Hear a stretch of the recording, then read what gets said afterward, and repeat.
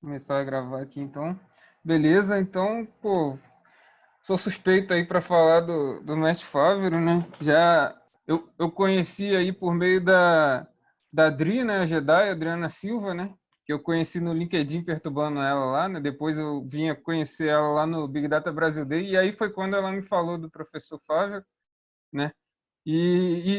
Muito, por muita coincidência, depois ele veio conversar comigo, com o mestre Douglas também, lá da Montivero, né, para falar comigo, pô, você não quer ser conselheiro lá da Montivero e tal, pô, gosto do seu trabalho e tudo mais. Eu falei, pô, caramba, fiquei muito lisonjeado. Imagina, cara, um cara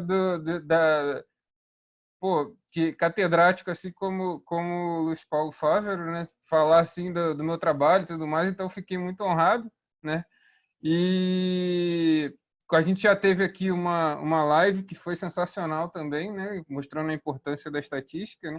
Hoje o tema é um pouco mais avançado, né? Bem mais denso. Não é qualquer pessoa que consegue fazer uma aula desse tema, né? Que realmente é complexo.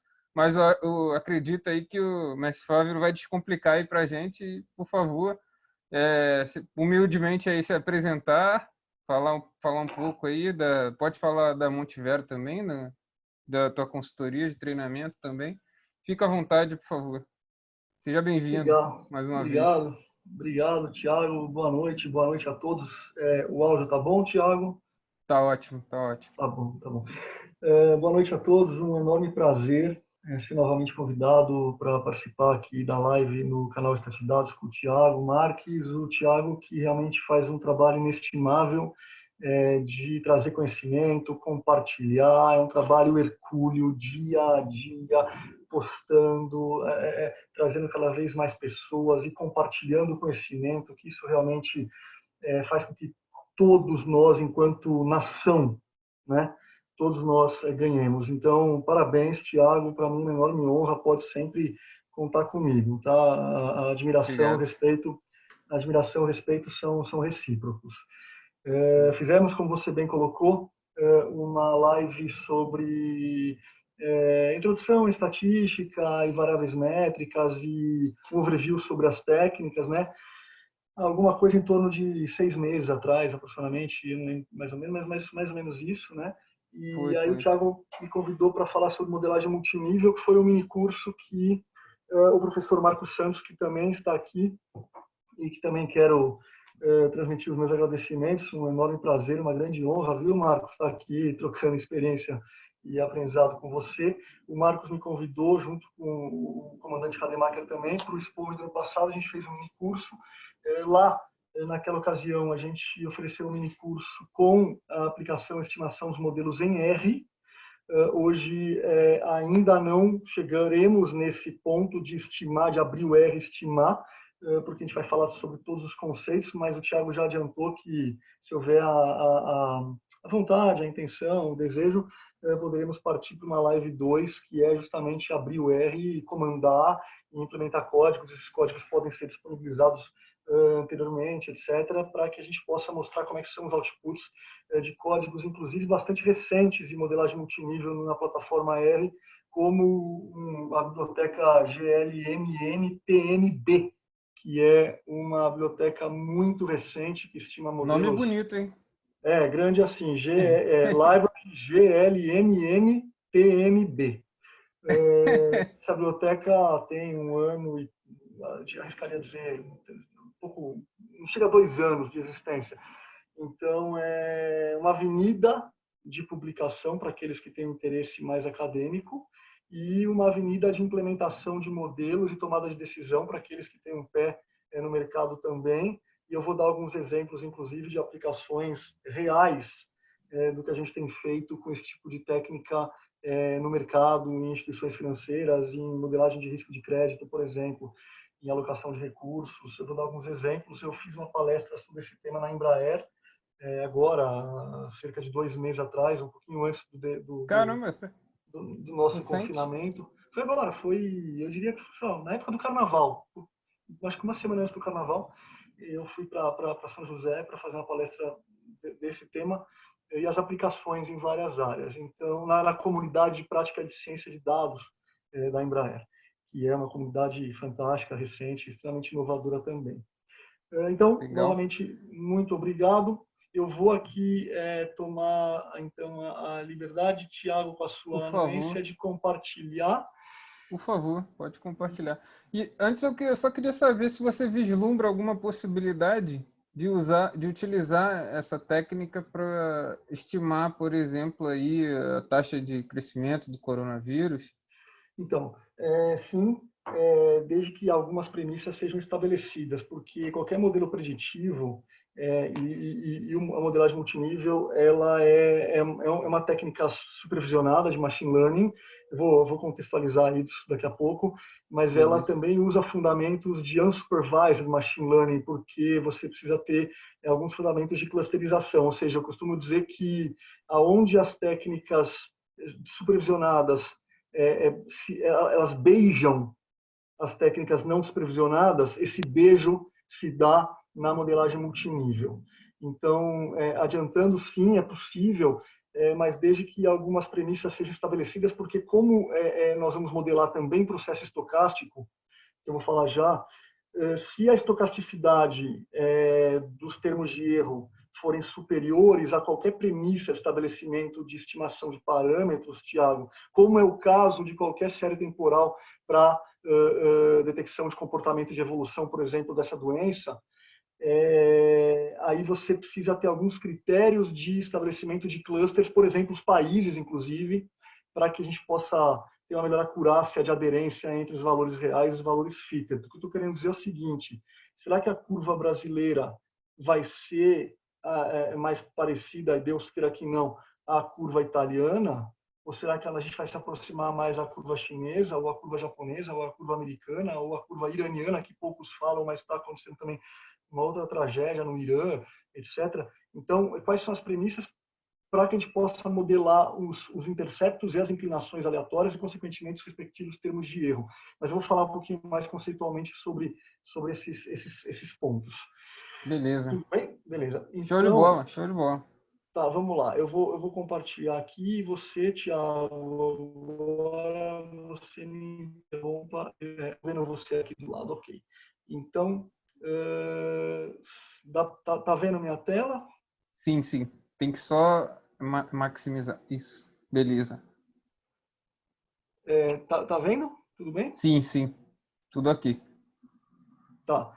Na verdade, bom, então vamos começar. Na verdade, quando você está vendo, Thiago, só me tira essa dúvida, você também está vendo a sua cara em cima do meu PowerPoint ou não?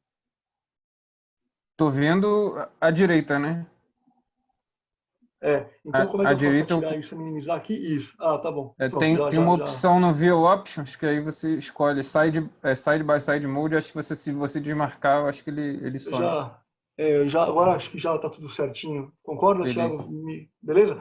Bom, então deixa eu falar um pouquinho aqui, você me interrompa a qualquer momento, porque eu não estou mais te vendo, tá, Thiago? Tá bom.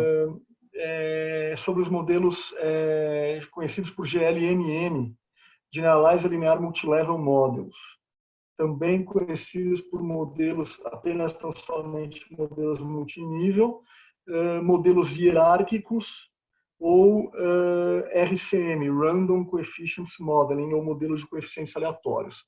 São nomes que aparecem na literatura. Modelagem multinível, GLMM, modelagem hierárquica, modelos hierárquicos ou modelagem de coeficientes aleatórios.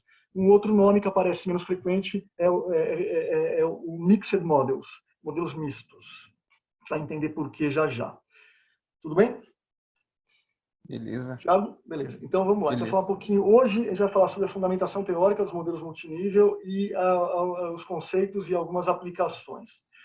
Quem quiser, então eu fico alguns segundos, um minutinho nessa tela, para você poder mirar o seu celular, a sua câmera, o seu QR Code Reader, ou o seu tablet, smartphone, para poder baixar essa apresentação.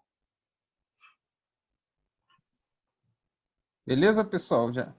Vou botar Quem aqui você ainda no. não tinha baixado, pode, por favor, apontar aí o telefone ou também clicar no link que está aqui no chat, tá? O mestre Antônio Então, botou aqui.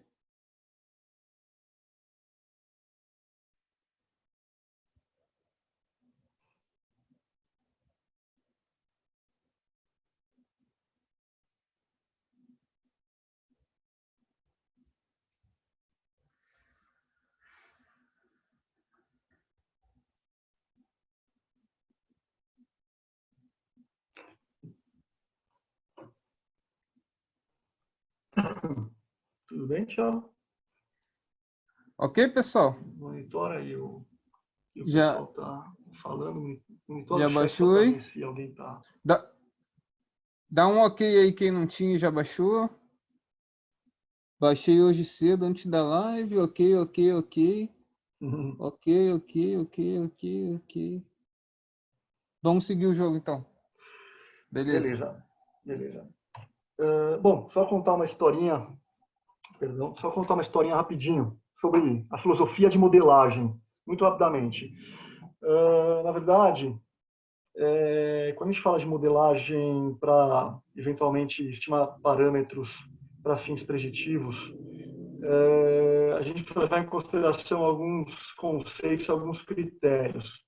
E quando eu gosto de preparar essas lives, essas aulas, eu sempre me recordo de um conto do Jorge Luiz Borges. O Jorge Luiz Borges, um poeta e escritor argentino, que está enterrado lá, em Genebra, na Suíça, ele escreveu um conto chamado Del Rigor de la Ciencia, ou Rigor da Ciência. Vale a pena ler, é um conto muito, muito curtinho, Tiago. E ele fala o seguinte, e a capa, né, do livro onde está publicado esse conto, entre outros, é exatamente essa foto que está no meio da tela, que são sábios mensurando um império. Por quê? Porque tinha um imperador nessa localidade, o imperador pega e chama os sábios e fala assim, eu quero que vocês meçam e criem mapas do meu império, porque eu preciso avaliar como é que está a questão dos recursos, agricultura, segurança, saúde, etc. Então, eu preciso que vocês criem um mapa do império. Os sábios foram para o campo e começaram com Teodolito, mede para cá, mede para lá, treina, aí vai e volta, sei que lá, e constrói, treina demais, né? Mas constrói o mapa. O mapa em escala 1:1000. Aí eles voltam para o imperador, plotam o mapa numa folha enorme, por exemplo, numa A1, e o imperador olha e fala assim, peraí, mas cadê aquela árvore que está aqui do lado do castelo? Cadê a própria ponte do castelo? Aí o sábio olha um para a cara do outro e fala, realmente, a gente não fez. Então, volta para o campo. Voltaram para o campo e começaram a detalhar mais, só que eles perceberam que não dava mais para ser 1:1000, agora tem que ser 1:100. Aí eles pegaram um lençol king size gigantesco e plotaram o mapa, escala 1:100, colocaram a árvore, colocaram a ponte, colocaram outras coisas, voltaram para o imperador falou assim, poxa vida, mas cadê o formigueiro que está do lado do palácio? Cadê aquele cupinzeiro que tem lá? Cadê aquele arbusto, a jabuticabeira? Onde está aquela pedra que eu sento do lado do rio quando eu vou meditar? Bom, resumindo, eles olharam para a cara do outro e falaram, meu, esse imperador está de brincadeira com a gente, né? Voltaram para o campo e falaram, bom, não tem jeito. A gente só consegue colocar tudo que o imperador está pedindo se a gente fizer o mapa quanto, Tiago? 1:1. Aí eu pergunto, qual que é a utilidade de um mapa ou um modelo 1:1? Estica um super mega lençol gigantesco em cima do império e Nenhuma. desenha 1:1 e devolve na mão do imperador. Nenhuma utilidade. Ou seja, todo e qualquer modelo, todo e qualquer mapa, toda e qualquer equação refere-se a aproximações frente a premissas de uma determinada realidade. Isso é o rigor da ciência. Tudo bem? Beleza. Por que eu estou falando isso? Por conta do que está aqui na tela. Deixa eu pôr mais para cima. Por conta do que está aqui na tela. Saiu um artigo muito interessante na Nature, a revista Nature, um pouco menos de 5 anos atrás, 4 anos e pouco atrás, final de 2015, desses dois autores, Silberson e Ullman,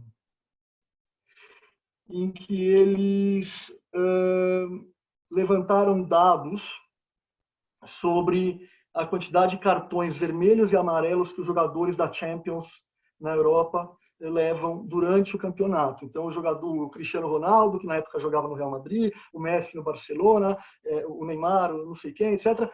E quantidade de cartões vermelhos e amarelos, em função de características do time, quantas Champions tem, não tem, características do jogador, de disciplina, etc., e características também do valor do passe, etc. Tudo isso. E também características do juiz. Tudo bem?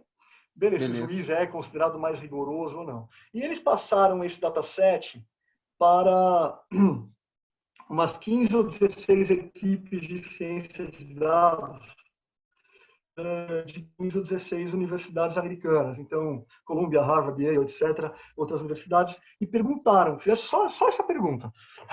Perdão, Thiago. Só essa pergunta. Escuta, galera, existe relação entre características do jogador e do time e do juiz e características e quantidade de cartões vermelhos e amarelos que esse jogador leva ao longo do campeonato?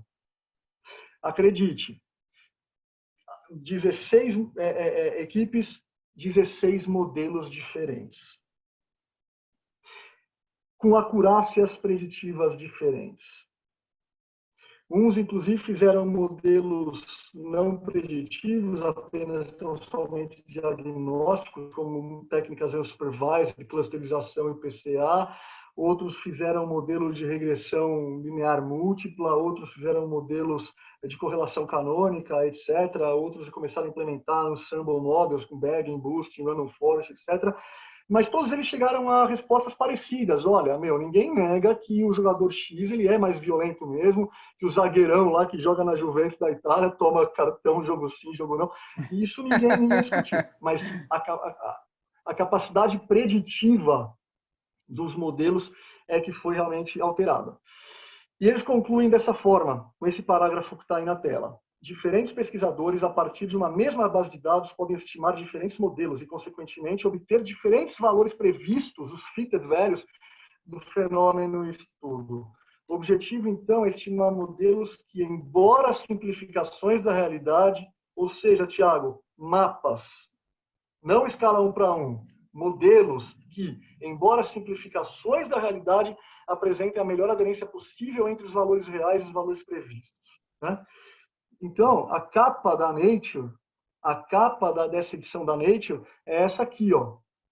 Podem olhar depois, podem baixar na internet. Você tem essa estátua aqui de mármore, que representa os dados, data, e vários pesquisadores. Ó, esse aqui está pintando como Salvador Dalí, esse outro deu um foco na mão, esse aqui parece desenho do meu filho de 5 anos, esse aqui não sei o quê, esse aqui desenha um papo. Uma analogia aos modelos, né? Analogia aos modelos. Graficamente, o que a gente está dizendo é isso aqui, ó. Graficamente, o que a gente está dizendo é exatamente isso aqui. Você tem no eixo Y valores previstos, ou seja, fitted values, de determinado modelo, ou seja, o Y chapéu, não é X, é Y chapéu, e no eixo X, nas abscissas, o Y, o valor real do fenômeno que você está estudando. Então, é Y chapéu contra Y. O melhor modelo do mundo é aquele em que todos os pontos vão estar em cima do quê? Dessa reta tracejada, que é uma reta a 45 graus. Se você conseguir capturar o fenômeno 100%, poxa vida, é o melhor dos mundos, é o mapa 1 para 1. Essa reta tracejada... Não precisa de modelo, né? Qualquer cientista de dados, qualquer engenheiro de machine learning, qualquer estatístico, qualquer agente tomador de decisão a partir de modelagem, a partir de processos de análise de dados, de analítica, etc., precisa ter essa consciência. O quão distante estão os nossos fitted values em relação aos valores reais, ou seja, para modelar os erros. É ingênuo achar que você vai acertar na mosca. Por isso que, assim, quando aparece alguém na área de finanças, por exemplo, criei um novo modelo de precificação de derivativos, eu sei quanto vai estar o preço da soja na Bolsa de Chicago daqui a 6 meses. Em janeiro, ninguém sabia quanto está o preço do barril Brent em Londres de petróleo, um mês depois. Por quê? Porque os fenômenos exógenos que se apresentam muito a estocasticidade, isso faz com que, efetivamente, os pontos se distanciem muito desse mapa 1 para 1 dessa reta de 45 graus. Tá claro? Muito bem. Sim. Aí você estima um determinado modelo e plota esse gráfico, azul. É bom isso aí, Thiago? Ah, minha boca, né? Minha boca, minha boca. Ou seja, tem muito, os erros são muito grandes, né? Existe uma distância muito grande entre valores previstos e valores reais. Aí vem aqui o outro, esse modelo cor-de-rosa. Melhorou, né? Tá melhorando. Melhorou. Aí vem você, Thiago, e o professor Marcos Santos e estima esse laranja. Melhorou? Aí só com multinível mesmo. Então, é isso. Vamos ver. Tá certo? Ou seja, esse modelo laranja tem erro? Tem erro, tá ali. Não é na mosca. Mas a gente começou a criar premissas e critérios e fundamentos de modelagem que efetivamente você consiga tentar aproximar ao máximo os valores previstos, os valores reais. Só com critério, só com conceito, só com fundamento, sem mágica. Não é black box. Nós vamos abrir aqui a caixa preta. Não é uma black box. Eu vou fazer uma rede neural com múltiplas camadas, né, com vários layers, roda, aprendi o código. Se você quiser destrinchar ou abrir o código, sabe lá Deus o que tá. A gente escreveu sobre isso no artigo do Interfórum essa semana, Thiago. Não estou criticando o algoritmo de redes neurais, pelo contrário. Mas a erudição em ciência de dados está em entender o que está por trás do código, o fundamento, porque depois o resto é código. Não que seja fácil, Exatamente. mas o resto é código. Vamos lá. Não sei porque apareceu essa reta azul aqui. Imagina. Vamos voltar aqui. Esquisito, né? Oh. Calma aí, ficou verde aí. Deu ruim aí, calma aí. Deu ruim. Não, o problema não é conexão, não. O problema é a imagem, tá verde. Você está vendo minha tela? Eu vou parar de compartilhar e compartilho de novo. Opa. Vou compartilhar de novo, tá? Por favor, beleza. Tá bom. É porque ficou verde. Tá. Então, só um segundo. Beleza. Share. Me fala agora, por favor.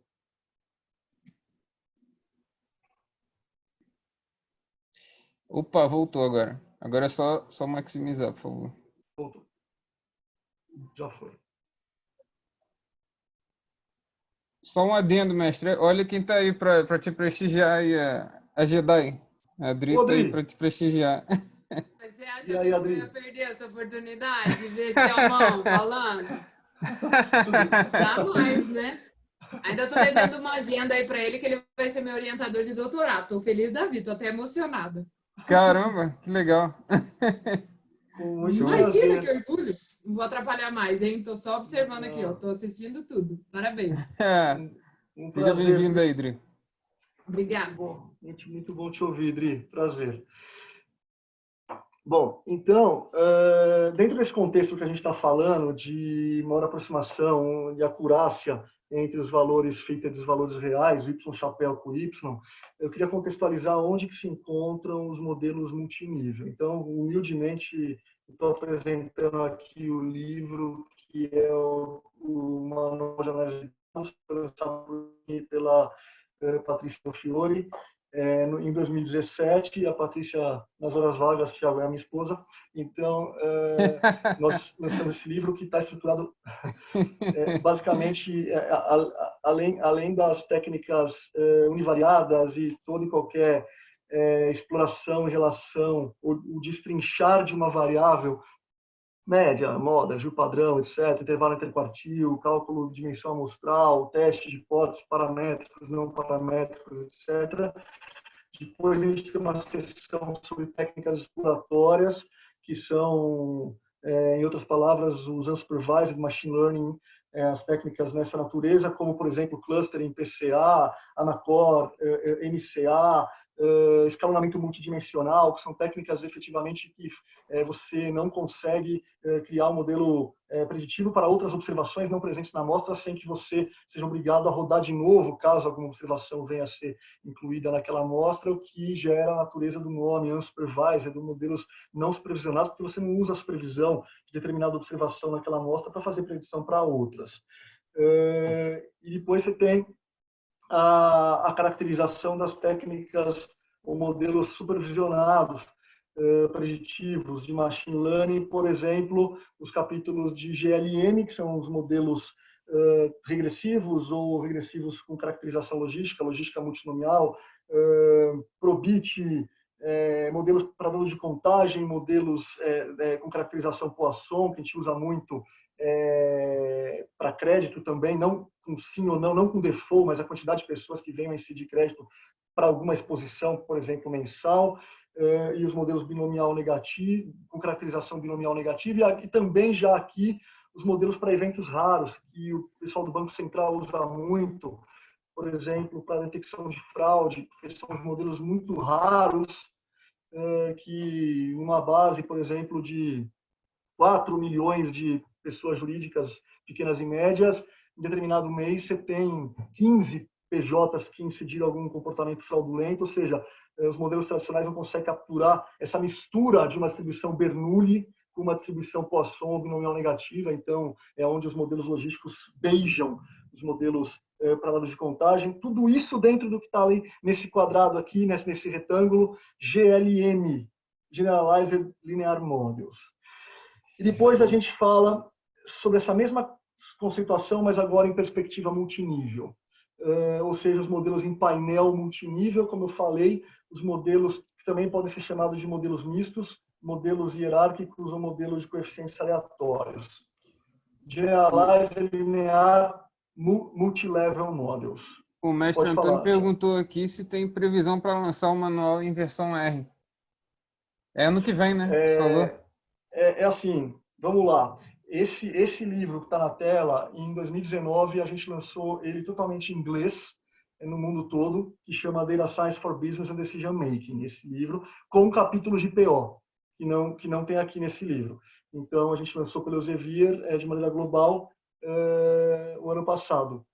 E agora eu estou, nesse mês acabou, né? No mês de abril, assinando com a Elsevier Global para lançar o livro de Machine Learning em R no mundo todo também, em inglês. Isso vai ser para meados de julho, agosto de 2021, mas vai sair em inglês. Sensacional. No mundo todo. Então, o Antônio que perguntou, Antônio, mais um ano, mais 15 meses aproximadamente, se Deus quiser, está saindo do forno. Top. Beleza. Tá bom. Então, o foco dessa apresentação é o que está em laranja aqui, GLNM. Tudo bem? Beleza. Beleza. O que são, afinal, modelos multinível?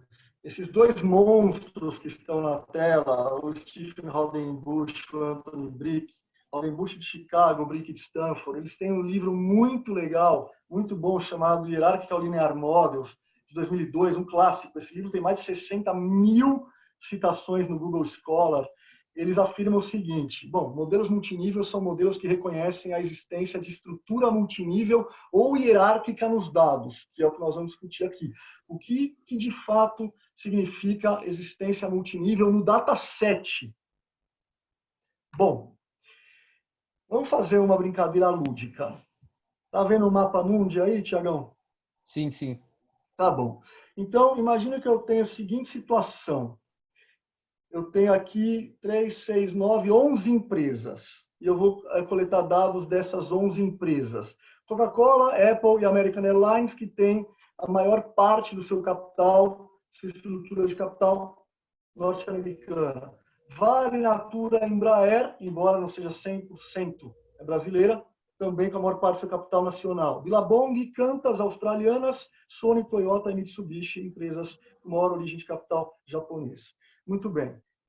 No meu dataset eu tenho características de empresas, por exemplo, quantidade de funcionários, por exemplo, retorno sobre o patrimônio líquido da empresa naquele período, da empresa, diferente a Apple da American.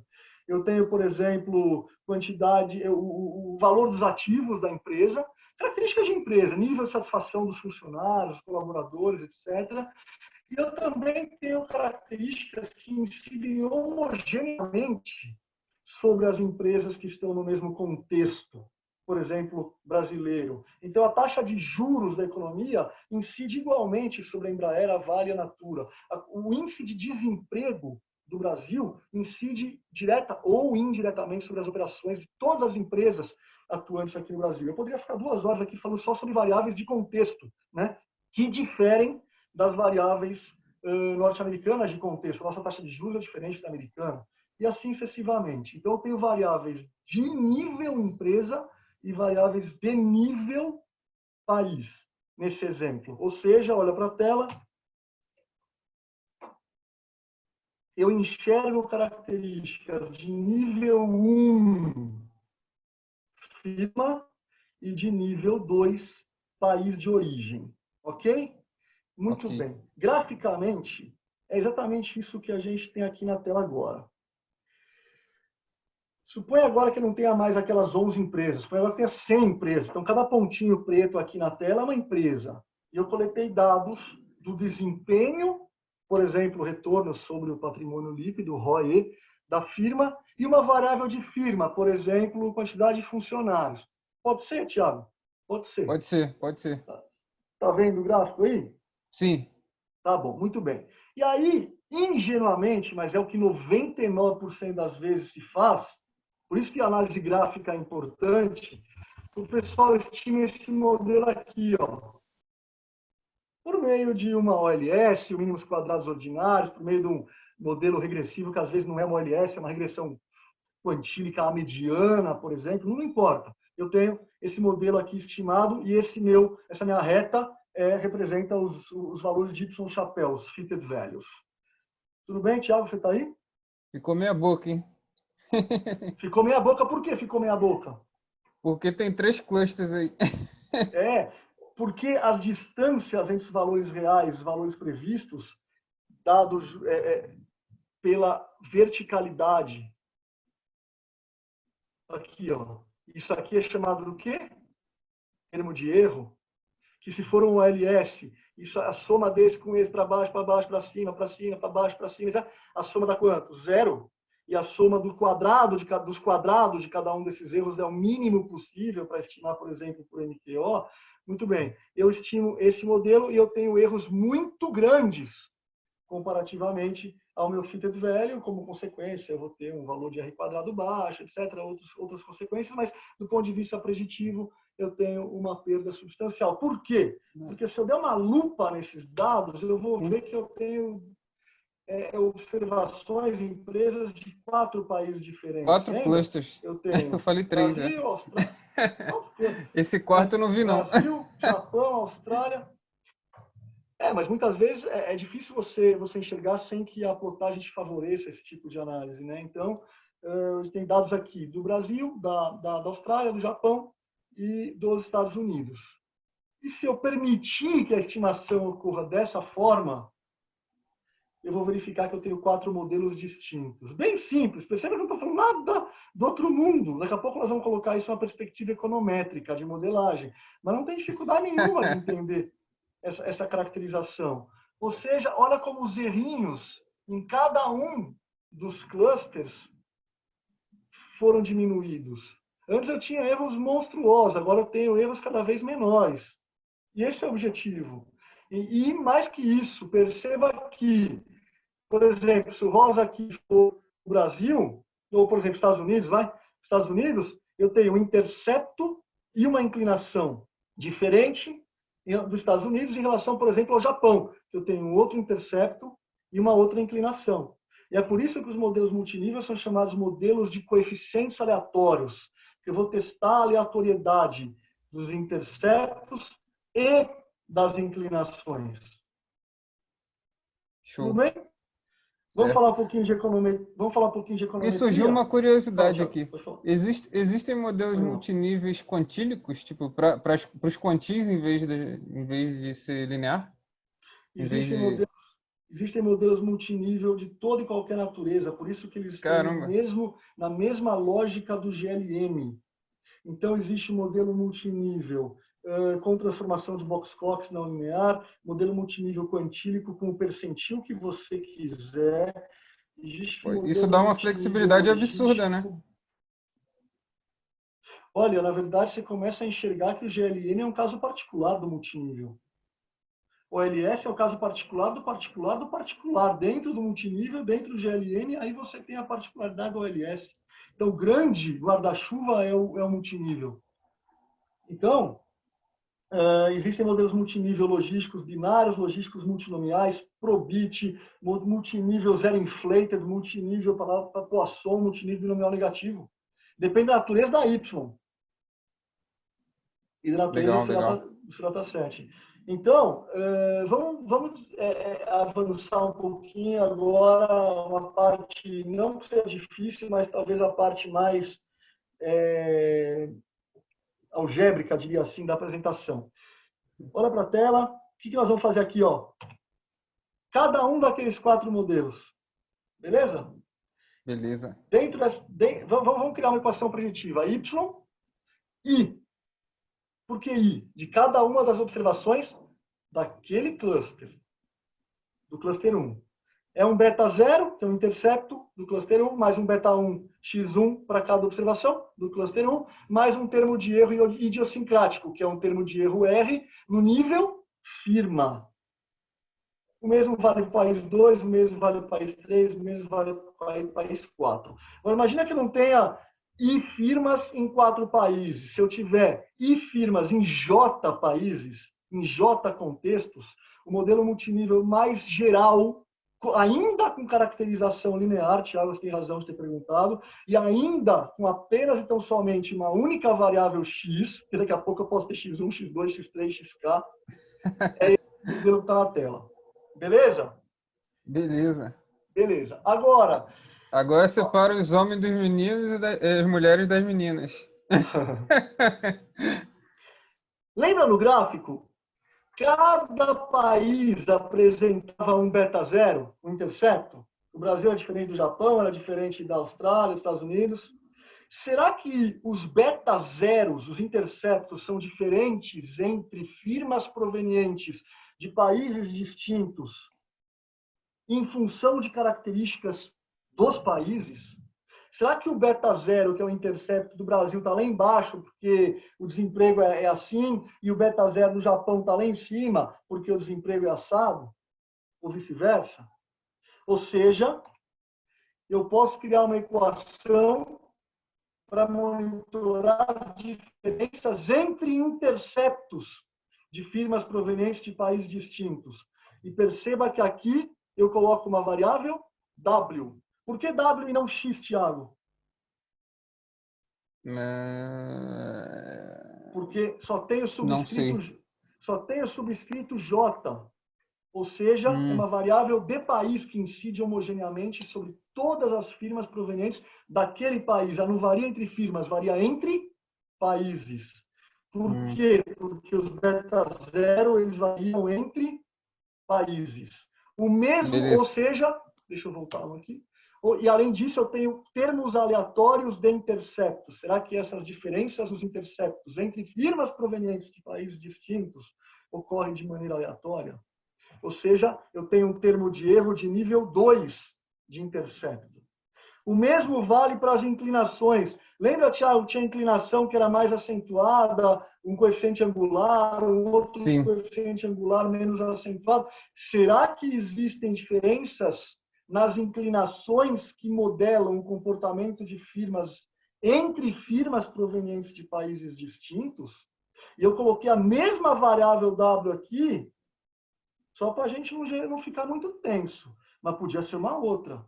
Aqui podia ser inflação, aqui podia ser taxa de crescimento do PIB. Mas no nível país. E, consequentemente, efeitos aleatórios no nível país sobre distintas inclinações. Legal. Como é que é o nome desse R e J? É o erro idiosincrático. É o erro no nível firma. Como é que é o nome desse U0J? Efeito aleatório de intercepto no nível país. Como é que é o nome do U1J? Efeito aleatório de inclinação no nível país. Vamos substituir. Agora é só algébrico. Portanto, não é mais beta 0. É um gama 00 mais gama 01, que é o que? A taxa de crescimento dos interceptos entre firmas provenientes de países distintos, quando se aumenta em uma unidade esta variável no nível país. Ou quando se aumenta em uma unidade essa variável no nível país, se altera em uma unidade a taxa de crescimento da variável no nível firma entre firmas provenientes de países distintos. Se eu substituir aqui embaixo, ó, beta 0 é o quê? É estrambolho. Então, virou estrambolho aqui. Beta 1 é o quê? É estrambolinho aqui. Virou estrambolho. Vezes x mais RJ. Portanto, essa equação que está aqui embaixo, que só tem uma variável x de firma e uma variável w de país, gera uma outra equação aqui embaixo que, meu, é aquela regressão que a gente está acostumado. Só que em vez de chamar alfa mais beta x, é verdade. o alfa, que a gente está chamando de beta, aqui, ó, é alfa mais beta x, mais termo de erro. Só que esse alfa, ele apresenta intercepto com efeitos aleatórios. Esse alfa, perdão, vou repetir a frase. Esse alfa apresenta interceptos aleatórios. Por quê? Porque sobre ele incide variáveis de contexto que faz com que esses alfas ou esses beta zeros, mesma coisa, sejam diferentes entre firmas provenientes de países distintos. O mesmo vale para o beta, para o coeficiente angular, para a inclinação. No simples só tem uma componente de erro, né? Nesse aí você tem uma para cada nível, né? Numa regressão simples por OLS, você tem só o erro idiosincrático. Agora você tem o erro idiosincrático no nível firma e parâmetros de coeficientes aleatórios de interceptos e de inclinações, porque você tem firmas provenientes de países distintos, ou observações provenientes de grupos distintos, de contextos distintos. Beleza. Beleza? Beleza. Ou seja, não dá para colocar na mesma cesta comportamentos diferentes, sejam comportamentos sociais, comportamentos demográficos, comportamentos psicográficos, comportamentos de faixa etária, o que você quiser. Instituições financeiras hoje, bancos, investem milhões com bases de dados de personas, né, que levam em consideração, eventualmente, até caracterizações de tribos. Eu posso ser mais parecido com o Thiago, porque o Thiago tem uma Harley Davidson, por exemplo, e eu também tenho. Eu não tenho, mas vou dar um exemplo. Uma outra Harley Davidson. Então, de final de semana, a gente sai com a Harley, pega a estrada e vai até Campos do Jordão. Eu sou muito mais parecido com o Thiago nesse aspecto, mas são comportamentos implícitos que o modelo tradicional não vai conseguir capturar. Então, eu estou falando disso porque a gente está aqui apresentando uma fase de álgebra econométrica, mas nós implementamos, estimamos modelos multinível hoje em diversas empresas, porque você melhora naturalmente, desde que você consiga, o desafio é enxergar o contexto, porque muitas vezes o contexto é não observável, né? Separar por sexo é observável, mulheres, homens.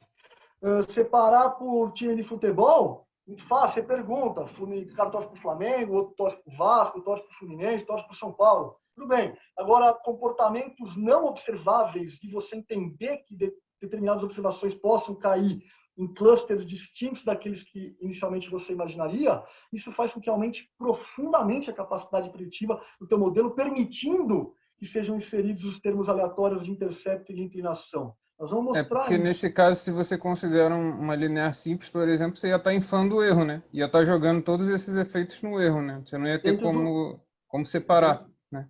Na simples. Exatamente isso. Que é o que se faz, Thiago.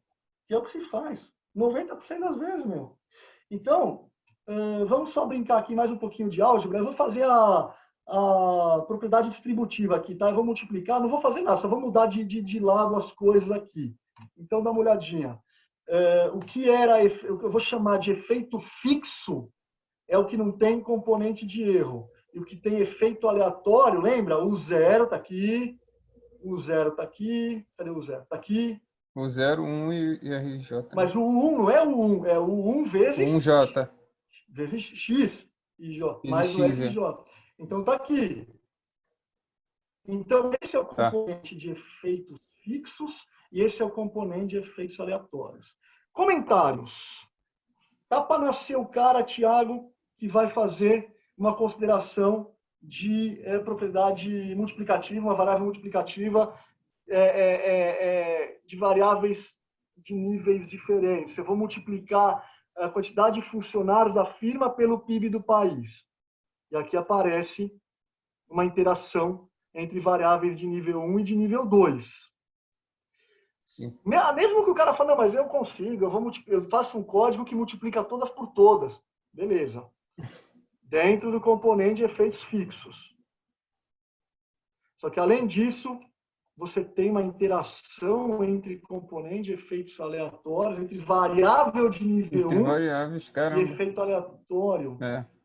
Ou seja, o erro é naturalmente heterocedástico. E não tem problema nenhum, porque quando você permite a heterocedasticidade, nesse caso, você permite que os erros entre contextos sejam minimizados. E a gente aprende que um dos premissa, essa palavra está errada, premissa dos modelos de regressão é a eliminação de heterocedasticidade. Heterocedasticidade você não elimina, você tenta reduzir, incluindo variáveis anteriormente, variáveis relevantes que anteriormente não foram consideradas no modelo original. Quando você coloca variáveis relevantes no modelo original, você tenta capturar melhor esse componente heterocedástico. E aqui você permite que ocorra o quê? Heterocedasticidade por conta da existência de diferentes contextos, no que diz respeito aos efeitos aleatórios, no caso aqui de inclinação. Olha o que fala esse cara aqui, ó. Harvey Goldstein, outro monstro da escola britânica, da Universidade de Bristol. Ele é o coordenador de um negocinho aqui, lá em Bristol, chamado Centro de Modelagem Multinível. Olha onde os caras estão. Inclusive, tem várias aulas do Harvey Goldstein, da equipe dele, free na internet, vale a pena assistir. Inclusive, eu tive a oportunidade de fazer um curso com ele, é um cara muito legal. E assim, ele começa falando isso. Ele ensina um pouquinho de GLM e fala, meu, isso aqui é o caso particular do particular. Vamos ver o caso mais geral, e depois se isso vai acontecer, isso vai acontecer, isso vai acontecer. Aí você fica com o GLM. Percebe? Olha o que ele fala. Ele tem um livro muito legal de 2011, tá? Multilevel Statistical Models. Os modelos tradicionais de regressão ignoram as interações entre variáveis no componente de efeitos fixos e também ignoram, os tradicionais, as interações entre termos de erro e variáveis no componente de efeitos aleatórios. Tudo bem? Beleza. Aí vem a Tabachnik e a Linda Fidel, também pessoas fantásticas da California State University, e as duas acabaram de se aposentar recentemente, são professoras brilhantes, que publicaram esse livro há cerca de 6 ou 7 anos e usam Multivariate Statistics. Elas falam o seguinte: se as variâncias dos termos aleatórios, o 0 e o 1, volta, variâncias desse cara, tá vendo, Thiago? Sim. E desse cara, se as variâncias forem estatisticamente diferentes de 0, procedimentos tradicionais de estimação dos parâmetros, como, por exemplo, MQO, não serão adequados. Portanto, a primeira recomendação que a gente faz, você tem um dataset, se você não enxergar de maneira explícita o cluster, o grupo, o contexto, ainda assim eu vou falar para vocês como é que dá para você artificialmente criar esses contextos para rodar multinível. Você tem um dataset, a gente faz isso todo, a gente está fazendo isso em todo quanto é projeto. Você tem um dataset, roda primeiro a modelagem multinível e avalia a significância estatística das variâncias dos termos aleatórios de intercepto e de inclinação. Se elas não se mostrarem estatisticamente diferentes de 0, aí vamos para o GLM. Aí vamos para o modelo tradicional.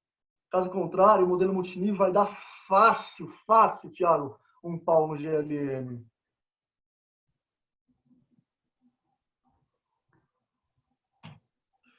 Aí, fechando essa primeira parte,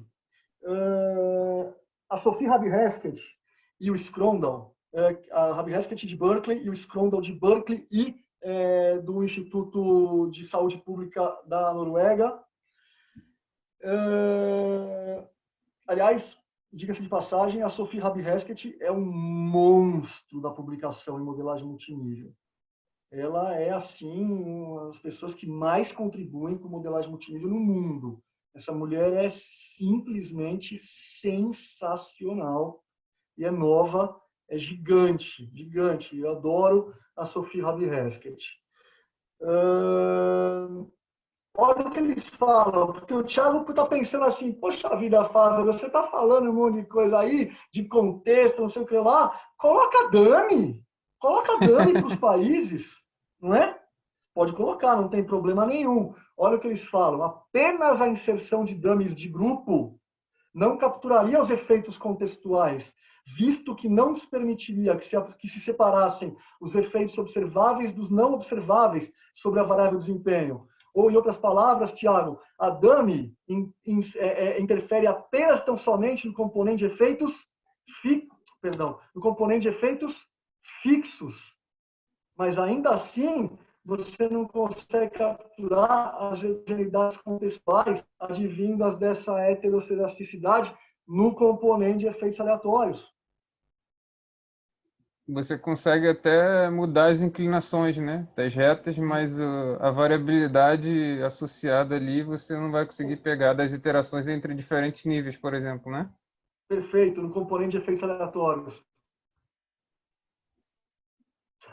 E mesmo com efeitos fixações aqui, você não consegue capturar, é verdade. Mas aqui, se você colocar só dummy, você não vai ter o 0, não vai ter 1, não vai ter. Você vai ter só o erro idiosincrático nível firma. Beleza? Beleza. E aí, agora sim, para fechar essa parte mais, eu diria, algébrica, econométrica, vem o Daniel Courgeot. Esse cara também, para quem quiser começar a estudar modelagem multinível, vale a pena ler o Daniel Courgeot. Daniel Courgeot é também um outro cara genial. Genial. Ele é estatístico, filósofo e demógrafo, presidente do IBGE da França, digamos assim, Instituto Nacional de Estudos Demográficos da França, não é? E ele lançou um livro chamado Metodologia e Epistemologia da Análise Multinível. Você consegue acreditar, Thiago, que o livro dele não tem quase que uma fórmula? É só reflexão. Imagina, ele é filósofo, pô. Então. Mas é também estatístico, meu. Então, assim, é só a filosofia do pensamento multinível. Porque se você começar a refletir... Eu admiro muito essas pessoas assim. São que nem também. você, a Adriana Silva também, consegue passar o negócio muito fácil, né? Professor Marco Santos também. Então, vocês conseguem passar sem fórmula, né? Então, facilita muito.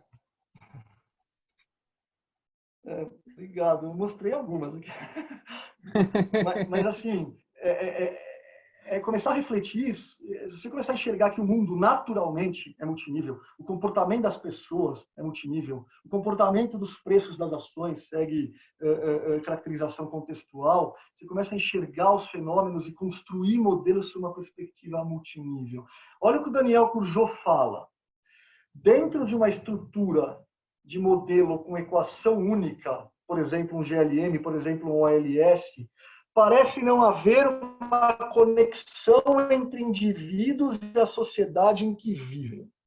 Nesse sentido, o uso de equações em níveis, modelagem multinível, permite que o pesquisador pule de uma ciência para outra. Alunos e escolas, famílias e bairros, firmas e países.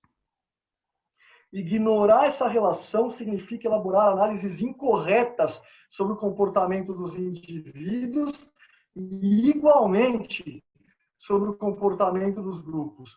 Somente o reconhecimento dessas recíprocas influências permite a análise correta dos fenômenos. Gosto muito do Daniel Courgeot também. E agora, Tiagão, vamos para a reta final? Contextualizamos. Aplicações em modelagem multinível. Podemos? Bora. O pessoal tem alguma dúvida aí? Agora só para palhinha. Só para perguntar se o pessoal tem alguma dúvida. Alguém quer perguntar alguma coisa até o momento? Não? Senão a gente segue aqui. Beleza. Ah, o Heitor falou que eu quero. Fala aí, manda aí. Pode falar pelo chat ou falar pelo áudio aqui, tranquilo.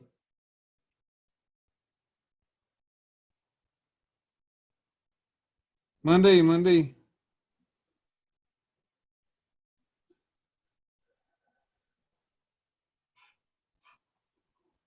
Rapidinho, rapidinho. Existe estrutura multinível horizontal? É uma boa colocação. Na É verdade, uma boa pergunta, né? na verdade, assim, nós vamos falar um pouquinho disso. Daqui a pouco a gente falar sobre as vantagens da modelagem multinível. Mas, só adiantando, nesse contexto que a gente está apresentando aqui, a modelagem multinível ela requer um dataset com um perfeito, neste caso, não é obrigatório, um perfeito aninhamento. De ninho. Não é com L, não é alinhamento, é aninhamento, nested. Aliás, é um outro nome que aparece na literatura, nested models, modelos aninhados.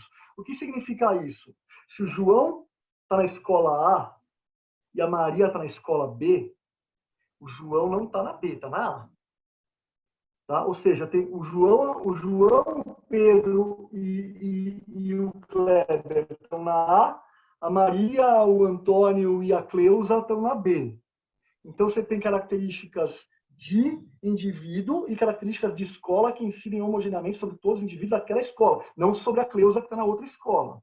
Agora, existe também tudo que a gente está falando, Tiago, não só a perspectiva HLM, que é a Hierarchical Linear Model. Existe uma perspectiva, que é a questão da horizontalidade, HCM, que é a Hierarchical Cross Classified Model. Ou pode ser HCM, Thiago, pode ser HCM Logit, HCM Probit, HCM Quantílico, HCM binomial negativo, tudo. Mas qual que é a estrutura do dataset? Quem perguntou foi o Antônio, Thiago? Foi o Heitor. Heitor. Agora, Heitor, o que faz com que haja prerrogativa do usufruto de cada uma dessas técnicas é justamente a caracterização do dataset. Ou seja, você viu que eu tomei um cuidado de não colocar firma. Eu coloquei firma com país, né?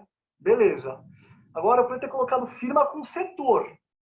Também beleza, também é um alinhamento perfeito. Por exemplo, Vale, setor mineração. BHP Billiton, setor mineração. TAM, setor aviação. Qantas, setor aviação. Então, a TAM está no mesmo setor que a Qantas. A BHP Billiton está no mesmo setor que a Vale. Agora, se eu quiser colocar junto, aí lascou, aí é HCM. Se eu quiser colocar junto setor e país, vamos lá. A TAM está onde? Brasil, e é o quê? E é mineração. A Qantas está onde? Na Austrália, mas é aviação também. A Vale está no Brasil, junto com a TAM, mas é mineração. E a BHP Billiton está junto com a Qantas, que é australiana, mas está junto com a... Já me enrolei todo. Está junto com a Vale, que é a mineração. A gente entendeu, beleza. É classificação cruzada, hierárquica, o cross classified, é na horizontal e na vertical. Consequentemente, existem parâmetros para Jesus isso. Cristo. Sabe quem que é a desenvolvedora, não do código, do R ou do Python, etc., do Stata, quem é a desenvolvedora algébrica, matricial para estimação, ou seja, PO na veia, professor Marcos Santos, porque na verdade é uma função de verossimilhança que eu vou tentar maximizar, estimar parâmetros, que são as variáveis de decisão, para maximizar essa função de verossimilhança. Ou seja, é PO na veia. A autora do desenvolvimento algébrico e econométrico para a estimação de parâmetros de modelo HCM, que é um paper publicado na Econométrica, é uma professora chamada Sophie Rabi Hesketh, aquela monstro que eu acabei de mostrar. Não sei se eu respondi a pergunta do Show. Só a XT7 no Stata é um tipo de modelagem multinível? Só sim ou não? XT7 A Glaucia perguntou, Glaucia. XT7 é simplesmente para você, no Stata, para você definir a caracterização temporal e a caracterização individual. XT. Quem que a gente, por exemplo, XT7, firma, mês. Então, o X, o T e o 7 é um código para você definir os parâmetros do painel. Porque o multinível também pode ser temporal. Eu posso ter o João ao longo do tempo, a Maria ao longo do tempo, o Pedro ao longo do tempo. Ou seja, no mês 1, eu tenho João, Maria e Pedro. No mês 2, João, Maria e Pedro. No mês 3, João, Maria e Pedro. Mesmo que eu possa ter missing, velhos, etc. Então, nesse caso, na evolução temporal do XT7, o nível 1 é o tempo, o nível 2 é a observação, a pessoa, a firma, etc. Eu posso ter um HL... Quem perguntou, Thiago? Glaucio. Glaucio. O Glaucio, eu posso ter um HLM3, um painel com medidas repetidas em 3 níveis. Tempo, firme e país, por exemplo. Eu posso ter, sem problema nenhum. Beleza, então vamos seguir. Beleza. Que o GLN-MTNB do R também captura bem. Exatamente o que o XT7 faz, mas o XT7 sozinho não faz nada. Você só define, viu, Glaucio? Depois você precisa rodar um XTREG, um XTREG, ou os códigos específicos para modelagem multinível, como o XTMixer, ou XTNE Logit, XTNE, NE, NBREG, que é o Multilevel Effects Negative Binomial Regression, quer dizer, no Stata. Você tem todos esses códigos para fazer cada uma das modelagens multinível. Ou seja, a fundamentação teórica ela vem junto com o binômio, caracterização da natureza da variável y, porque se ela for uma dummy, por exemplo, eu vou para os modelos logísticos, etc. E, além disso, o reconhecimento do contexto no dataset. Beleza. Tudo bem? Beleza, vamos seguir, então. Pode ir, Thiago. Beleza. Tá bom. Bom, aí eu fiz uma pequena brincadeira aqui, né? Peguei aplicações nos top 10 journals. Isso aqui na hora que as crianças vão dormir, você não tem muito o que fazer, da meia-noite às 6, você fica criando um robozinho, um algoritmo no R para poder preencher essas tabelas, Thiago. E aí ele manda para a gente isso aqui. Os top 10 journals pelo ranking Google Scholar, na área de Strategic Management. Academy of Management Journal, Journal of Management, etc., são os top 10. Nos últimos 5 anos, qual o percentual de GLNN, ou seja, de modelagem multinível em relação ao total de modelos supervisor? Quase 10%. Ou seja, na área de estratégia, o pessoal está usando, é 10%. Tá? Entendeu? Se você for para a área filtrar finanças, são outros periódicos, vai para menos de 5%. Se for para contabilidade e questões tributárias, accounting and taxation, 1,7%. Caramba! Isso aqui é uma avenida. Pouca gente está usando. Mas não é que pouca gente está usando porque porque desconhece, porque não é difícil do ponto de vista de estimação. Os códigos estão todos na literatura, cada vez mais, mas são todos recentes, viu? E como eu fui fazer a palestra na Embraer, agora, cerca de 40, 50 dias atrás, eles pediram para eu fazer mesma tabela para a área de engenharia aeronáutica e aeroespacial. Isso aqui eu não mostrei lá no SPOM, Thiago. Então, eu peguei os top 10 journals na área de engenharia aeronáutica e aeroespacial. 1% nos últimos 5 anos dos modelos que levam em consideração a caracterização preditiva, modelos previsionados, GLM, etc., fazem alguma flexibilização para a inclusão de efeitos aleatórios de intercepto de inclinação nos níveis superiores. Por que isso? Por que tão pouco? Aí vem esses dois aqui, ó. O Lazegat, que é o diretor do Instituto de Estudos Políticos de Paris, e o Tom Snyders, um outro figura de Oxford. Por que muito pouco? Eles falam isso no livro deles, que já tem aí quase 4 anos, mas ainda é recente, Multilevel Network Analysis for the Social Sciences, Teoria, Métodos e Aplicações. Por quê? Primeiro, eles falam, e aí eu humildemente não concordo muito, eles falam estrutura dos dados. Muitas vezes, segundo eles, o dataset não tem um contexto. Você tem dados de firma, mas não tem dado de país. Você tem dado de firma, não tem dado de setor. Pô, Beleza. Tudo bem. Mas quem disse que os contextos precisam ser observáveis? Por exemplo, você pode pegar aquele dataset que você tem com variáveis x1, x2, x3, pode x4, fazer uma x5, clusterização, xk. né? E, Clusterização. garoto, você pode fazer uma clusterização e criar um contexto 2, que é um cluster a partir das variáveis originais, e permitir que existam efeitos aleatórios de intercepto e inclinação entre os contextos que você acabou de criar. Tiago, acredite, você passou a ser imbatível. É por isso que eu falei no começo da apresentação que a Supervised Machine Learning Techniques e as Unsupervised Machine Learning Techniques, elas se beijam na modelagem multinível. E acredite, em algumas empresas do setor financeiro, na área da saúde, mineração e uma empresa de seguradora, nós estamos fazendo isso agora, com um incremento considerável do ponto de vista de modelagem preditiva, de aderência entre os FITER e os valores reais. Então, Em quando não contexto forem de Big observáveis, Data, né, você imagina que realmente ajuda demais, né? muito. Então, a clusterização, Reduzir dimensão, né?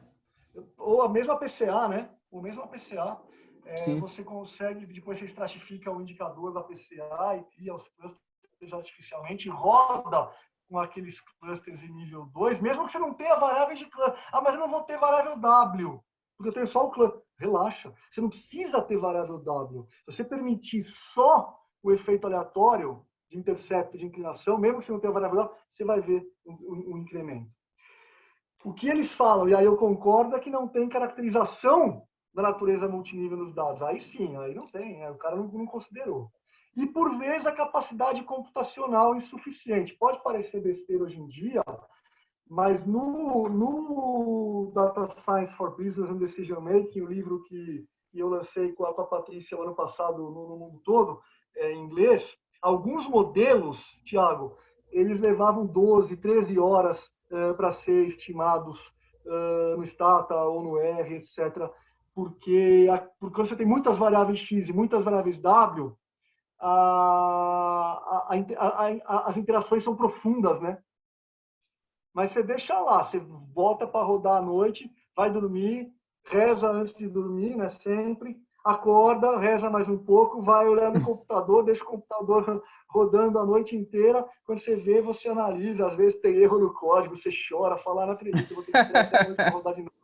Mas faz parte. Mas nas empresas a gente está fazendo assim também, por conta da existência de interações profundas. Eu vou dar 2 exemplos rápidos. Como é que eu estou de tempo aí, Tiago? A gente começou já umas meia hora, né? Depois, né? Então já tem 1h21, acho. Tá tranquilo. Tá tudo bem? Tá beleza, tranquilo.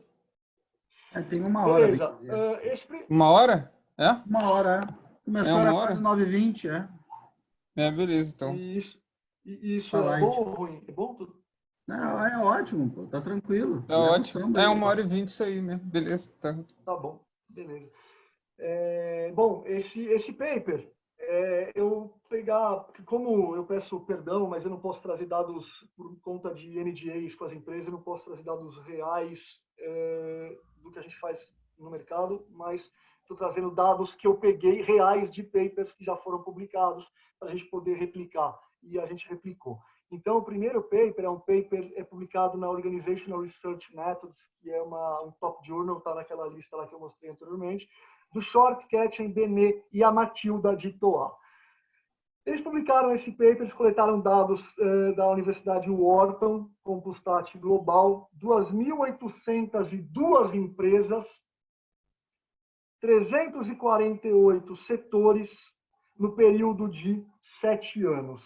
Faz um tempinho já, mas fica aqui a parte didática, né? Totalizando quase 16 mil observações. Então, perceba, Gláucia perguntou, e acho que foi eu esqueci também quem perguntou, Tiago, Heitor, né? O Heitor. Aqui não tem a classificação cruzada teria se eu colocasse país junto com o setor. Mas eu tenho período nível 1, firma nível 2, setor nível 3. Então, é o HLN3. Aqui, Examination of Firm, Industry, que é setor, e Time Effects on Performance, using Random Coefficients Modeling, modelagem de coeficientes aleatórios ou modelagem multinível, não é uma coisa. E aí eles vêm com duas perguntas, duas hipóteses de pesquisa. Existe variância significativa no desempenho medido pelo retorno sobre os ativos de firmas provenientes de um mesmo setor e de firmas provenientes de setores distintos? A liquidez corrente das firmas, variável de firma, é estatisticamente significante para explicar a variação no desempenho? E existem diferenças entre firmas provenientes de setores distintos? Primeira coisa que ele faz é o que a gente chama de modelo não condicional, modelo nulo. Não tem variável X nenhuma. ROA IJ, vai ter um T aqui, é função apenas tão somente de um beta, e esse beta varia entre setores. Ou seja, o modelo nulo não tem variável X e nem W. O que nós vamos avaliar, Thiago? Significância estatística desse cara aqui, ó. Efeito aleatório de intercepto. Não tem inclinação porque não tem variável X, só tem intercepto ainda.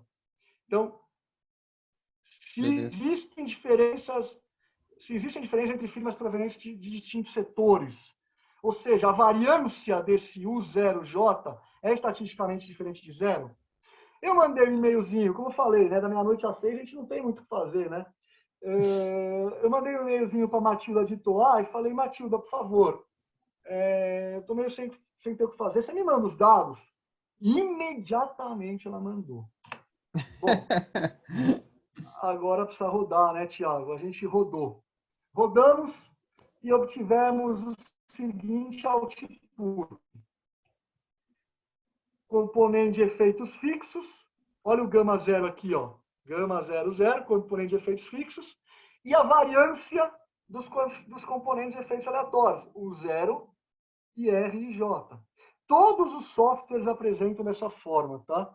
Uma parte do output é Fixed Effect, outra parte é Random Effect. Isso vale para o Stata, vale para o R, vale para o Python, vale para o SAS, vale para o SPSS. Bom, e aí a gente faz aqui uma combinação e chegamos à conclusão que 84%. As duas variâncias, a variância... primeiro, o que você está analisando é a variância de efeito aleatório de intercepto, foi estatisticamente diferente de zero, a 95% de confiança, e eu chego à conclusão que o comportamento dos ROAS, 84%, é devido à característica de firma. Mas, 15%, quase 16%, é devido a diferenças entre setores, características de setores. E, além disso, agora ela vem, bom, e será que essas características de firmas, uma delas é a liquidez corrente, current ratio, da firma? Quando aparece uma variável X aqui, Thiago, aparece o quê? Um beta 1. Quando aparece um beta 1, eu posso colocar o quê? Efeito aleatório de inclinação. Ou seja, será que existem diferenças nas inclinações e nos interceptos entre firmas provenientes de setores distintos? Está aqui. Chegamos à conclusão que sim, aqui os coeficientes, os parâmetros de efeitos fixos, e aqui as variâncias dos componentes aleatórios. Erro idiosincrático, efeito aleatório de intercepto, efeito aleatório de inclinação, todo mundo estatisticamente diferente de zero. Bom, não tinha o que fazer, fui rodar esse negócio, esse aqui é o output do software. Olha aqui, Glaucio, esse aqui eu rodei no Stata, tá? Mas não podia ser no R. O código Mixed, ROA, Current Ratio, Pipe, Setor, Current Ratio. Por quê? Isso aqui é o efeito aleatório de inclinação do nível setor. E aí, isso eles não mostram no paper. Agora eu vou puxar a sardinha, né, Thiago? Isso eles não mostram. Olha aqui o que é um teste de razão de verossimilhança entre as duas log likelihood functions, entre as duas funções de verossimilhança, que são duas funções de pesquisa operacional. LR teste versus um modelo de regressão linear. E este modelo dá um pau no modelo tradicional de regressão linear, que eles não fizeram, ou seja, eles fizeram corretamente, né, o multinível, mas que eu resolvi fazer para comparar. E aqui está o gráfico. Eu coloquei lá na revista Nature. OLS para os dados contra um modelo multinível com os dados Shortcut e Matilda de Toa. A reta a 45 graus é a reta tracejada, modelo multinível rosa, modelo OLS, que não consegue capturar os contextos, ou seja, fica fazendo esses degraus aqui, ó. Tum, tum, tum. É o modelo tradicional GLM. Sensacional. E aí, nós pegamos um outro paper, esse a gente vai, já está praticamente pronto, aceito, enfim, vai ser publicado. Um clássico, você fala, poxa, Fábio, eu estou trazendo um paper de 1995. Não, meu, é um paper clássico, que tem mais de 25 mil citações. E quem sou eu para criticar, pelo amor de Deus, mas como a gente sabe que não vai cruzar com eles, né, Marcos? Nos congressos, a gente pode fazer um replication sem que eles passem pela gente, porque não vai cumprimentar a gente e tal. Mas o Rajan e Zingales, eles são professores da Universidade de Chicago, nos Estados Unidos. O Rajan foi agora, recentemente, inclusive ministro das Finanças da Índia, e voltou para Chicago agora, e eles são professores de Chicago, e eles fizeram um paper sobre estrutura de capital, e publicaram no top Journal of Finance. Eles pegaram dados de 7 países, 4.557 empresas, dados da Compustat Global e do Morgan Stanley Capital Index, durante 5 anos, 87, 88, 89, 90 e 91. E eles, só para esses 7 países, são países considerados desenvolvidos, Estados Unidos, Japão, Alemanha, França, Itália, Reino Unido e Canadá, e eles propuseram esse clássico modelo, que é o modelo mais aceito hoje para estrutura de capital, que monitora a alavancagem financeira da firma em função da posição dos ativos tangíveis, da relação entre o valor de mercado e o valor contábil do preço das ações, no caso, o valuation da firma, logaritmo natural da receita de vendas e o ROA entrando como variável X aqui. Esse é o modelo deles. Meu, a gente ficou olhando para esse modelo e falou assim, cara, poxa vida, mas tem país aqui, meu. Tem país. Vamos tentar fazer uma modelagem multinível. Os dados estão abertos na internet, nós rodamos os dados deles e obtivemos o mesmo output. Isso aqui que está aqui na tela é o que eles obtiveram no paper também. Só que isso aqui é uma regressão GLM. Perceba que eu não coloquei J aqui, Thiago, no subscrito, só da firma. Meu, como eu falei, a gente não tem muito o que fazer, então o modelo de cima é o modelo deles, Rajan e Zingales. O de baixo é o nosso. O que a gente fez? Nada. Só colocamos Jotinha. E permitimos que houvesse o quê? Efeitos aleatórios de intercepto e de cada uma das inclinações. Tá vendo? Porque são 4 variáveis X. Ah, mas e as variáveis W, Fávero? Eu confesso que não estava muito afim de colocar. Eu não fui lá. Eu podia pegar alguém e falar, meu, levanta para mim quanto que era o PIB dos Estados Unidos, do Japão, da Alemanha, nesse período, a inflação, a taxa de juros. Mas a gente falou assim, meu, relaxa. Eu não vou colocar variável W, porque senão é aquela história, você vai comparando banana com maçã. Aí é desonesto. Eu quero pegar o mesmo modelo deles, só permitindo efeitos aleatórios contextuais de intercepto e de inclinação. Esse modelo aqui de baixo em 2 níveis, tá vendo, Thiago? Sim. E rodamos.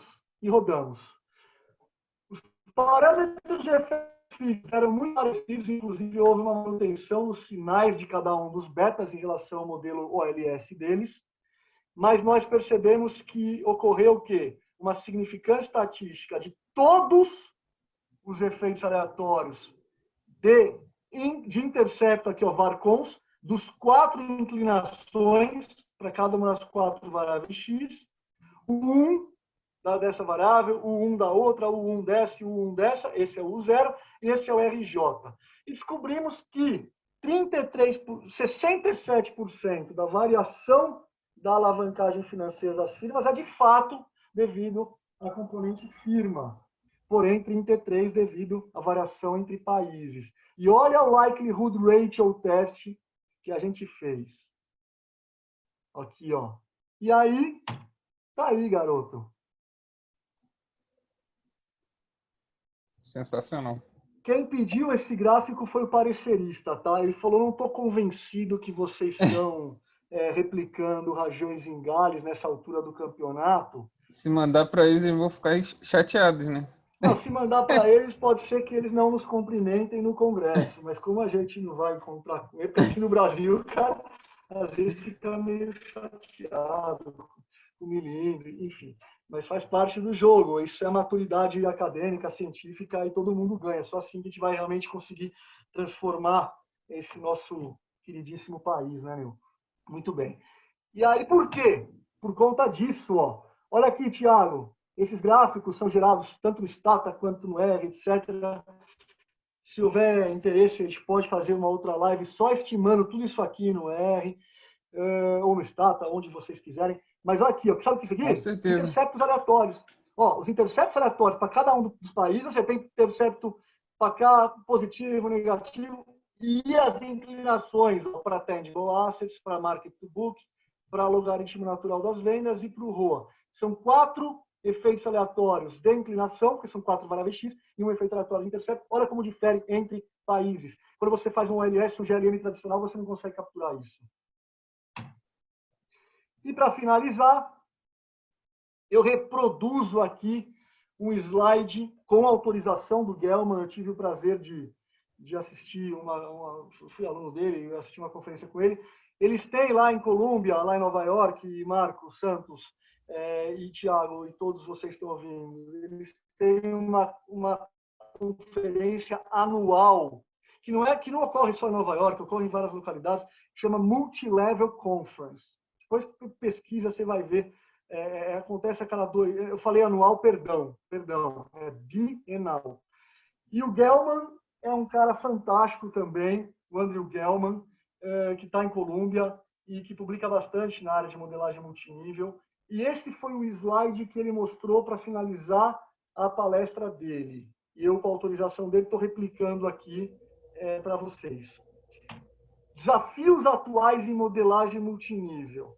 Primeiro, e eu senti na pele isso, a gente sente toda hora, interações profundas e capacidade de processamento. Você tem muitas variáveis X juntamente com muitas variáveis W. Método de estimação dos parâmetros. Estão surgindo alguns métodos mais ágeis, mais rápidos. O R já incorporou, por exemplo, que é o RNL, Restricted Estimation of Maximum Likelihood, muito utilizado para a estimação de parâmetros de modelar e de variâncias de efeitos aleatórios em modelagem multinível, porque melhora muito a capacidade computacional, você estima de maneira mais rápida. Inclusive, o Gelman é autor de uma proposta de estimação de parâmetros de maneira mais rápida, mais eficiente, do ponto de vista computacional. E olha o que o Gelman coloca lá, Thiago. Clusterização da amostra, mesmo quando seja não observável. Por quê? Para a estimação de modelos com a melhor aderência possível entre valores reais e valores previstos. Não tem conversa. Sensacional. Eu vou finalizar fazendo uma brincadeirinha que é a seguinte, falando de fundamentos. Nada do que a gente falou aqui foi caixa preta. Você consegue estimar esses modelos na mão, com PO, claro, depende do tamanho do banco de dados e a quantidade de variáveis, é óbvio, mas se tiver faz uma simulaçãozinha, pega um banco de dados pequenininho, 10 linhas, 2 variáveis. Se você colocar lá a função de verossimilhança no Excel, você roda o multinível por meio do solver. Isso significa você construir o seu modelo, Thiago, e ter erudição, saber onde as coisas vêm, não é apertar código. A gente percebe hoje que as pessoas estão muito mais preocupadas, não todos, por favor, mas não, eu preciso implementar um algoritmo do outro mundo. Por quê? Porque o banco tal está implementando, o outro também. Efeito manada. O código se sobrepõe à técnica, aos fundamentos. Pelo amor de Deus, se você for rodar modelagem multinível em qualquer uma dessas plataformas que eu mencionei, sem ter os fundamentos, você não sabe nem por onde começar, porque os códigos eles vão pedir o seguinte: o que é efeito fixo? O que é interação de efeito fixo? O que é efeito aleatório? O que é nível 1? O que é nível 2? O que é efeito aleatório de intercepto em cada um dos níveis? O que é efeito aleatório de inclinação em cada um dos níveis? Se não soubesse, se embanana. Portanto, tenha fundamento, porque depois o código sai que nem manteiga. Sem desprezar código, pelo amor de Deus. Mas esse é o processo natural de formação cientista de dados. E, consequentemente, com o processo de tomada de decisão na ponta. Porque se você inverter essa ordem, isso é retroalimentado, mas se você inverter essa ordem, você se perde. Porque amanhã esse código, essa plataforma vai deixar de ser utilizada, amanhã vão fazer isso em Julia, vão fazer isso não sei aonde, beleza, não tem problema. Você tem os fundamentos. Então, eu gosto desse slide, e isso tem a ver com um artigo que o Thiago e eu escrevemos essa semana, né, Thiago? Foi publicado lá no IT Forum 365 do Intermídia, que fala justamente sobre isso. Exatamente esse slide aqui, Thiago. Ó, imagina a cenoura que não vai ter embaixo da terra desse Pernalonga da esquerda. Né? E imagina a cenourinha que vai ter nesse outro, que está até meio triste ali, né? Só que se você aprofundar e olhar de perto, olha isso. Os fundamentos fazem com que você tenha solidez, muitas vezes, para modelos mais parcimoniosos, mas você sabe o que está fazendo. Outro não, outro é fancy, é fantasioso, fancy techniques. Não, porque eu descobri que tem um modelo assim, roda, mas roda com base em fundamentos, porque senão vai ser caixa preta, black box. Show. Tudo bem, pessoal? O Antônio falou aqui que ele leu, artigo sensacional. Foi uma honra aí o convite do mestre Fávero aí para escrever esse artigo. Eu acho realmente que é muito importante, né, você ter ideia dessa conceituação em detrimento a você rodar código, né? Eu acho que você tem que entender o que está por trás, né? Porque como uma parte que o professor Fávero escreveu no artigo é o seguinte, que a tecnologia ela muda, né? Ela evolui com o tempo, mas o conceito fica, né? O conceito não muda. Então, se você tiver o conceito, você aplica em qualquer tecnologia que surgir, entendeu? A tecnologia a gente se adapta. Você não pode correr esse risco, você tem que ter conceito, porque senão a tua carreira está muito arriscada do ponto de vista de solidez. Agora, se você tiver conceitos, fundamentos, poxa vida, você é imbatível. Se você tiver os conceitos e souber implementar, você é um unicórnio. Entendeu? Então, quer dizer, não estamos prezando o código. Pelo contrário, o código é fundamental, mas o que a gente percebe muito é que as pessoas querem pular etapas. Então, eu quero saber o código, mas eu não sei rodar uma PCA, um cluster, uma regressão, os fundamentos de álgebra linear, Algelin, os fundamentos de PO na veia, o que é uma HP, né, professor Marcos Santos, o que é uma simulação, a diferença para um processo de otimização, programação dinâmica, programação inteira, programação binária, álgebra, econometria, isso são disciplinas fundamentais para que você tenha erudição em ciência de dados. Essas são algumas referências que eu menciono ao longo da apresentação, para vocês terem registrado aí também. Esse é o livro que eu mencionei, que a gente lançou ano passado, Data Science for Business and Decision Making, pela Academic Press Elsevier de Cambridge. E eu finalizo com uma frase dita pelo ilustre Mahatma Gandhi, que quando eu li essa frase eu falei, isso aqui é totalmente uma mensagem multinível, porque nós devemos expandir o círculo do nosso amor até que ele englobe todo o nosso bairro. Do bairro, por sua vez, deve desdobrar-se para toda a cidade, da cidade para o estado e assim sucessivamente, até que o objeto do nosso amor inclua todo o nosso planeta que está precisando, né? E todo o universo. Só nessa frase eu enxergo um HLM5, HLM6. Sensacional. Muito obrigado, Thiago. Para quem perdeu o começo, obrigado. O QR Code está aí no final também, quem perdeu no comecinho. Um prazer, Thiago. Incrível, incrível.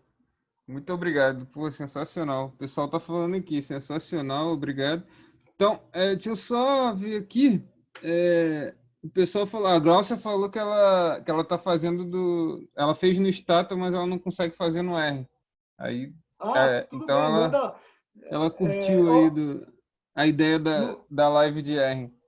E tem outras pessoas aqui que falaram também, R com certeza e tal.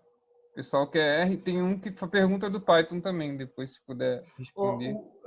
Eu parei de compartilhar e estou olhando agora o chat, porque eu não estava olhando o chat Não, antes. tranquilo. Estou vendo aqui, se eu perder alguma, vocês me falam, por favor. Estou vendo aqui o Antônio Carlos falando qual o nome da biblioteca do R. Eu posso escrever aqui e daí todo mundo vê? Fica à vontade. GLM-MTMB, desse jeitinho aí, ó. Não, como é que eu falo? Tem que mandar para todos, né? Desculpa, fiz besteira aqui. glm-mtmb, library install packages, glm-mtmb, depois library glm-mtmb. glm-mtmb. Tudo bem? Então, que mais que o pessoal está falando? O Quintela perguntou sobre o voltado para Python.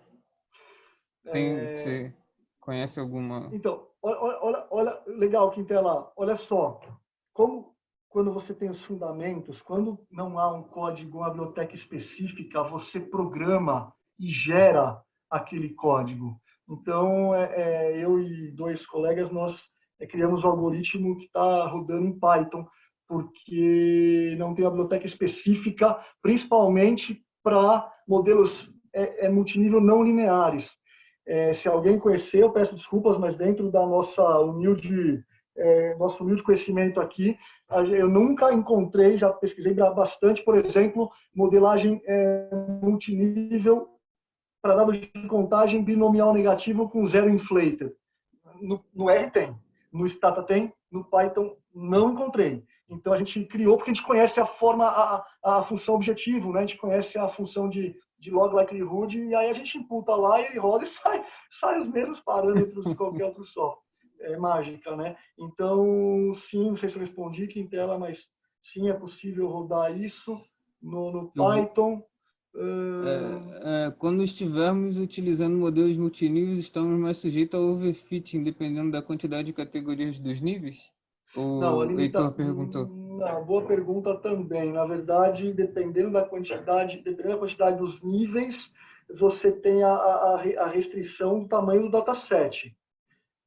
Só. Na verdade, não há o problema do overfitting, porque a gente não faz usufruto de amostra de validação, de treino e teste. Você, na verdade, está usando toda a amostra e estima com base numa função de verossimilhança aberta, e você estima os parâmetros. Então, há uma limitação maior em decorrência do tamanho do banco de dados, porque você vai ter mais parâmetros estimados, porque você não tem só... Por exemplo, se eu tiver duas variáveis x, duas variáveis w, e dois grupos, e um grupo, nível 1 e nível 2, dois grupos, por exemplo, eu vou ter os dois parâmetros das variáveis x1 e x2, os dois parâmetros da variável w1 e w2, as interações e os efeitos aleatórios de inclinação para cada uma das variáveis x1 e x2. Ou seja, em vez de ter dois parâmetros, se eu não fiz conta errada aqui, você vai ter 8 ou 10 parâmetros. Então, a limitação está no tamanho do dataset. Não há problema de overfitting para modelo multinível. Tudo bem? Se não foi claro, você volta aqui. Não sei quem perguntou. A Glaucia está falando aqui, ó. Os pacotes NLME e LME4 são bons também? Legal, Glaucia, são bons. Porém, o NLME, ele não mostra a significância estatística. Já passei tanta raiva com isso. É muito bom, mas ele não mostra a significância estatística dos efeitos aleatórios. Ou seja, tem uma variância lá do U0, do U1, etc. Aquele cara é significante ou não é? Entendi. Entendeu? Então, quer dizer, o GLMNTNB é mais recente e incorpora todas essas restrições. Os outputs são muito... Bom, os outputs são iguais do ponto de vista de estimação dos parâmetros, mas é mais completo. O GLMNTNB, ele mata, ele engloba os outros dois. Ele é mais moderno. Já passei muita raiva com NLME. E o LM4 tem a desvantagem que também eu não lembro agora, mas eu tenho a impressão que ele não faz zero inflator, acho. Mas tenho a impressão, posso até depois confirmar e depois passo para o Thiago tem seu contato. E também vocês podem ficar à vontade para mandar e-mail, porque no final da apresentação tem meu e-mail e eu respondo todos. Tranquilo. Às vezes eu demoro um pouco, mas pode... Só a última para fechar, então, que a gente já se estendeu aqui um pouco, né? Deixa eu ver aqui. Professor, você mencionou que é uma boa prática testar o primeiro modelo multinível antes de utilizar o GML tradicional. É usual um modelo multinível para um problema de classificação binária, regressão logística? Ah, muito. Muito. Deixa eu ver quem está perguntando. Peraí. Foi o mestre Antônio aqui. Antônio, outra excelente pergunta também, como todas. Na verdade, na logística você vai estimar uma função de probabilidade que é uma sigmoide, né? A curva S. Na multinível, você estima, em vez de ser você estima uma sigmoide para cada contexto. Fica muito legal. A gente faz isso no livro também. É uma sigmoide para cada contexto. É uma função probabilística e, consequentemente, os odds ratios para cada contexto. Não só para binária, mas para multinomial como um todo. Sim, o GLNTNB, ele incorpora já essa classificação no R. No Então dá para fazer para árvore também, né? Também. Não, legal, multinível, legal. Se você começar a refletir sobre isso, Thiago, multinível não é modelagem, é filosofia, é contexto, né? É fundamento. Você começa a ampliar, você começa a fazer para o que você quiser. É entender os contextos para criar melhor aderência diante do comportamento dos dados no dataset, né? Não sei se eu... o Antônio respondi. Legal, a Galfa também está falando aqui, entendeu? Perfeito, legal, muito obrigado. O pessoal está agradecendo aqui, então show de bola. Obrigado aí mais uma vez, mestre. Então vamos ver se a gente marca essa DR aí mais para frente. Beleza, então. Então, agradeço aí mais uma vez. Obrigado aí pela presença de todos. Professor Marcos Santos aí, obrigado pela presença também. Eu que agradeço aí o Fábio aí, essa aula sensacional aí que ele nos brindou essa noite, mais uma vez. Com certeza. Incrível, né? Obrigado. Um enorme prazer, muito obrigado. Show de bola. A sua live é quando, mestre Marcos? A minha amanhã. Amanhã? Amanhã. Show de bola. Então, pessoal, a live aí do professor Marcos Santos, o mestre Fábio está devidamente convidado aí, se puder participar. O Thiago, me inclui para que eu receba o link do Zoom. Eu quero assistir amanhã também. Com certeza. Às 9 também? Legal, às 9. Às 9, Eu quero. Beleza. Eu quero prestigiar, sim. Só me manda o link, legal. Por favor, Thiagão. Mando, com certeza, com certeza. Então, qual é o tema da live? Artigo científico, escrever artigo científico. Falar sobre os artigos, Excelente. Show. Muito bom. Como é que começa a escrever um artigo, né? Claro. Legal. Quem quer seguir a carreira acadêmica, né? Às vezes a pessoa fica meio perdida, né? Então, para começar a minimamente estruturar, né? E às vezes a pessoa tem uma ideia na cabeça, mas não sabe como... É verdade. Organizar ela no papel, né? É verdade. Um método, sabe fazer uma regressão, sabe fazer uma... mas como é que eu coloco isso no papel? É verdade. Um papo mais ou menos para começar a documento. Louvável iniciativa. Amanhã eu vou assistir. Valeu, obrigado. Show de bola. Valeu então, pessoal. Tchau. Obrigado, mestre. Valeu. Obrigado. Boa noite, pessoal. Obrigado. Um prazer. Obrigado. Sensacional e parabéns. Tchau. Valeu.